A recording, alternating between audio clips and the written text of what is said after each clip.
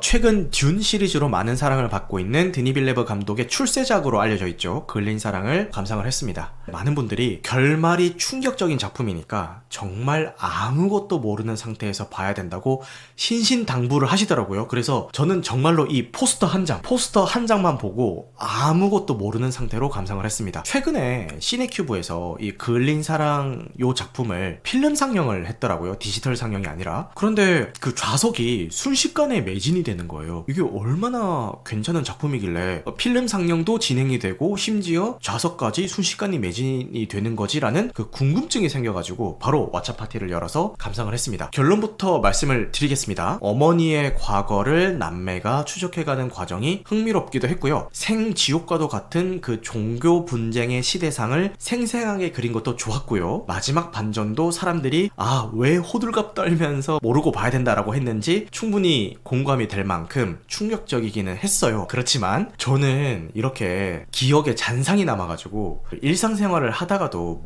문득 이 작품에서 느낀 불편함이 떠오르게 되는 그런 작품이 너무 힘들어요. 정신적으로 그런 느낌이었어요. 좋은 작품인 건 알겠는데 너무 힘든 작품이다 보기에. 그리고 제가 제일 힘들었던 거는 물론 사람들이 충격적이라고 계속 호들갑을 떨면서 이야기를 했던 엔딩 요소도 충분히 충격적이긴 했는데 저는 엔딩에 잔상이 남아서 일상생활을 하다가 문득문득 떠올랐다 이게 아니라 그을린 사랑에서 그리고 있는 이 시대상이 너무 충격적이었어요. 그러니까 영화상에서는 이슬람 세력과 기독교 세력이 서로 대립하고 있는 시대상을 그리고 있죠. 거기에서 오는 묘사들이 너무 잔상에 남아가지고 힘들었어요. 충격적인 엔딩도 큰 의미로 보자면은 제가 잔상에 남았다고 하는 시대상이 사실 이 충격적인 엔딩을 만든 그런 요인이기도 하죠. 헤라님이 레바논 내전을 배경으로 하고 있죠 라고 하는데 맞아요. 이 시대상이 영화상에서 정확히 지금이 몇 년도고 어떤 전쟁이 일어나고 있고 이런 게 언급되는 건 아닌데 정황상 레바논 내전을 묘사하고 있는 것 같은 그런 정황이 있죠. 그런 면에서 오컬트물이나 호러물 이런 공포영화들보다 이렇게 현실에서 벌어지고 있는 끔찍한 일들을 그린 작품이 주는 공포가 저한테는 훨씬 크고 잔상도 오래 남는 것 같아요. 그래서 이 영화는 이런 시대상을 총 두 가지의 시점으로 그리고 있습니다. 먼저 이슬람 세력과 기독교 세력이 서로 대립하는 그 시대상에서 종교라는 이름으로 벌어지는 온갖 끔찍한 사건들은 어머니인 나왈의 시점으로 그려지고 있고요. 존재조차 몰랐던 형제에게 어머니의 유언이 담긴 편지를 전하러 떠나는 쌍둥이 남매인 잔느와 시몽의 시점으로도 그려지고 있습니다. 이 두 가지 시점으로 전개되는 내용 모두 어느 하나 관객을 편하게 해주는 게 없어요. 둘 다 각자의 방법으로 관객을 불편하게 만드는 것 같아요. 먼저 어머니, 그러니까 즉 나왈이죠. 이 나왈의 시점에서는 종교 분쟁의 참혹함 속에 던져진 이 나왈을 세세하게 그리고 있는데 그 과정에서 관객들에게 불편함을 줍니다. 어떤 상황들이 있는지 좀 나열을 해보자면은 다른 종교를 가졌다는 이유만으로 살아가는 사람이 살해당하고 본인도 명예살인을 당할 뻔하죠. 그리고 살해당한 사람과의 사이에서 생긴 아들은 불명예스러운 아이라는 이유로 태어나자마자 고아원으로 보내지게 됩니다. 그리고 시간이 흘러서 아들을 찾기 위해 탄 버스는 기독교 민병대의 공격을 받게 되는데 기독교인이었던 나왈이 탈출하는 과정에서 데려온 이슬람 아이마저 무참하게 살해를 당하게 되죠. 개인적으로 저는 이 장면이 가장 적인 장면이었습니다. 정말 덤덤하게 아이가 살해를 당하는데 이게 잔상이 남아가지고 일상생활을 하다가도 문득문득 이 장면이 떠오르면서 좀 몸서리치게 되더라고요. 여기서 비극이 끝이 아니죠. 이 사건을 기점으로 기독교 집단에 대한 증오가 생겨서 본인은 기독교인이지만 이슬람 테러 단체에 합류를 한 후에 기독교 민병대 지도자를 살해한 뒤 감옥에 가게 되면서부터가 진짜 비극의 시작입니다. 지금까지 생겼던 비극은 이 나왈이라는 인물 개인의 관점에서 보자면은 그 예고편일 뿐이었던 거죠. 감옥에서 무려 15년 동안 고문을 당하는데 아부 타렉이라는 고문 기술자로부터 심지어 성고문까지 당하게 되고요. 이로 인해서 원치 않은 임신까지 하게 됩니다. 그러니까 이 나왈의 입장에서는 태어나자마자 고아원으로 보내져야 했던 첫 번째 출산과 원치 않은 임신으로 인한 두 번째 출산, 이 두 번의 출산이 모두 환영받지 못한 출산이 된 거죠. 이렇게까지 이 영화는 지독하게 한 개인을 불행으로 몰아넣으면서 비극적인 시대상이 개인의 삶에 어떤 영향을 끼칠 수 있는지 적나라하게 보여줍니다. 그리고 또 다른 시점인 잔느와 시몽의 시점에서는 둘은 처음에는 이 어머니인 나왈의 유언을 전하기 위해서 여정을 떠나지만 있는지도 몰랐던 그 형제를 찾아가는 여정 속에서 결국 이런 끔찍한 어머니의 과거를 마주하게 됩니다. 어머니가 수감되어 있었던 감옥에서 만난 관리인이 잔느에게 꼭 진실을 알아야만 하겠냐라는 질문을 하죠. 이게 때로는 모르는 게 나은 진실도 있다는 뜻이 될 수도 있을 것 같습니다. 그래서 이 영화를 보고 나서 느낀 거는 처음에는 내가 이 대한민국 한국에서 태어나서 정말 다행이다.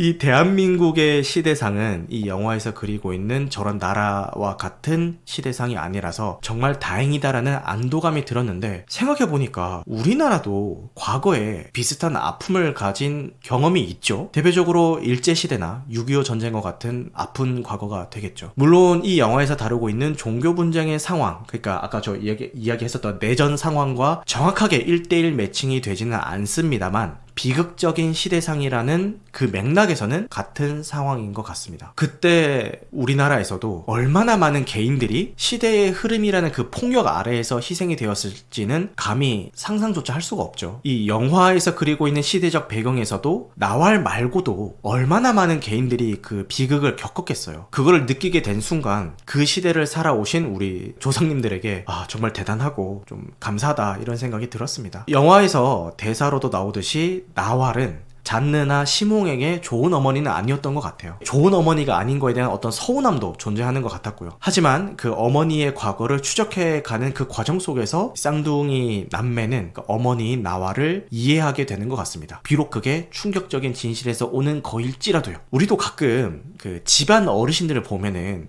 왜 저래 싶은 경우가 있잖아요. 그런데 한 번쯤은 당시 그분이 살아오셨던 그 시대상에 대한 좀 이해를 해보면은 왜 저래 싶은 그 세대 간에도 조금 더 마음의 거리가 가까워질 수 있지 않을까? 이런 생각도 한번 해봤던 것 같아요. 느낀 점은 여기까지 하고요. 이 영화를 보면서 특이했다라고 느꼈던 거 몇 개만 이야기하고 마무리를 해보도록 하겠습니다. 저는 아무것도 모르는 상태에서 봤기 때문에 장르가 뭔지도 몰랐죠. 그래서 초반에는 이게 어떻게 흘러가는 작품인지 파악하는데 시간이 좀 걸렸던 것 같아요. 계속 어리둥절하면서 저건 뭘까? 뭐지? 왜 지금 뭐 하는 거지?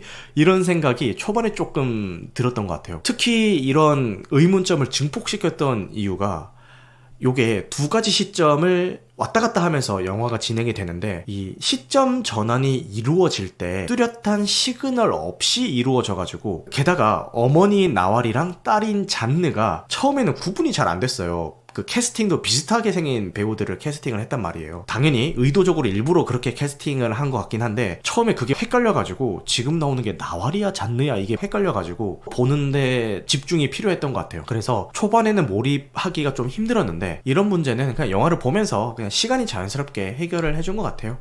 그리고 아까 말씀드렸었던 총기를 이용을 해서 사람을 살해하는 그런 묘사들도 인상이 깊었는데, 흔히 영화에서 총기로 사람을 쏜다든가 하면은 극적인 연출들이 많이 들어가잖아요. 근데 여기서는 만약에 내 눈앞에서 누가 총을 맞아서 죽는다면은 정말 저렇게 죽을 것 같다라는 생각이 들 정도로 어떠한 연출적 기교 없이 그냥 담담하게 연출을 하더라고요. 그래서 그게 오히려 더 현실감이 들어가지고 제 잔상에 남아서 저를 힘들게 했던 게 아닌가라는 생각도 듭니다. 그리고 어머니가 가지고 있는 그 진실을 알게 된 다음에 잔느와 시몽이 함께 수영하는 장면도 인상이 깊었는데, 그 둘이 수영하고 있는 그 수영장이 마치 양수같이 느껴지고요. 쌍둥이가 물을 패대기 치면서 거칠게 수영을 하잖아요. 그렇게 거칠게 수영을 하는 장면이 마치 양수로 대변되는 어머니에게 투정을 부리는 것 같은 그런 느낌도 들더라고요. 그리고 나왈이 가지고 있던 충격적인 그 진실이 밝혀지고 나서 쌍둥이가 충격을 받는 부분에서도, 아니 나왈 본인이 복수하고 용서하고 하는 건 다 좋은데 남겨진 애들은 어쩌라고 저러는 거지? 라는 그런 의문점이 들었는데, 영화를 곱씹으면서 생각을 해보니까 이 나왈이 원했던 거는 단순히 그냥 정말 그 편지를 전해달라는 것 뿐이지 않았을까 이런 생각이 들더라고요. 그 과정에서 어머니의 과거를 세세하게 파헤친 거는 그냥 그 쌍둥이 스스로였고, 이게 과연 나왈이 의도한 건가? 라는 생각이 들면서 처음에는 왜 저래 싶다가도 나중에 생각을 해보니까 나왈이 처음부터 의도한 게 아닐 수도 있겠구나 라는 그런 이해가 들었던 것 같기도 합니다. 결국 이 영화가 말하고자 하는 거는 마지막에 나오는 하나 더하기 하나는 하나다, 1 더하기 1은 1이다 라는 요 대사였던 것 같아요. 표면적으로 보면은 영화의 반전 요소를 설명하는 그 키워드로 요 1 더하기 1은 1이다 요게 읽혀질 수도 있겠지만 이 모든 비극이 발생했었던 종교 분쟁에 대한 이야기라는 생각이 들더라고요. 서로 다른 종교처럼 보이지만 결국에는 우리는 하나니까 사회적인 비극을 넘어서서 개인적인 비극을 초래하는 이런 분쟁은 이제 하나가 되어서 멈춰야 되지 않나라는 그런 메시지로 읽혀졌습니다. 어머니의 진실을 알고 나서 충격을 받은 이 쌍둥이도 요 1 더하기 1은 1이다 라는 그 키워드로 읽혀졌는데요. 영화가 끝나고 난 뒤에 앞으로를 살아갈 이 쌍둥이가 서로의 마음을 하나로 합쳐서 서로 의지하고 위해주면서 앞으로 살아갈 것을 응원하는 그런 마음의 키워드가 아닌가라는 생각도 들었습니다. 비극을 안겨준 대상에게는 복수이자 용서를 했죠, 나왈이. 하지만 정작 본인이 땅에 묻힐 때는 하늘을 등지고 땅에 묻어달라는 유언을 남겼습니다. 죽음 후에도 이 세상을 등지고 싶다라는 마음을 가지고 남긴 유언이라는 생각이 들어요. 그래서 비록 비극적인 그 시대를 살아가면서 수많은 고통을 겪었지만 나왈이 하늘에서는 부디 행복하길 바라면서 오늘 그을린 사랑에 대한 이야기는 여기까지 마치도록 하겠습니다.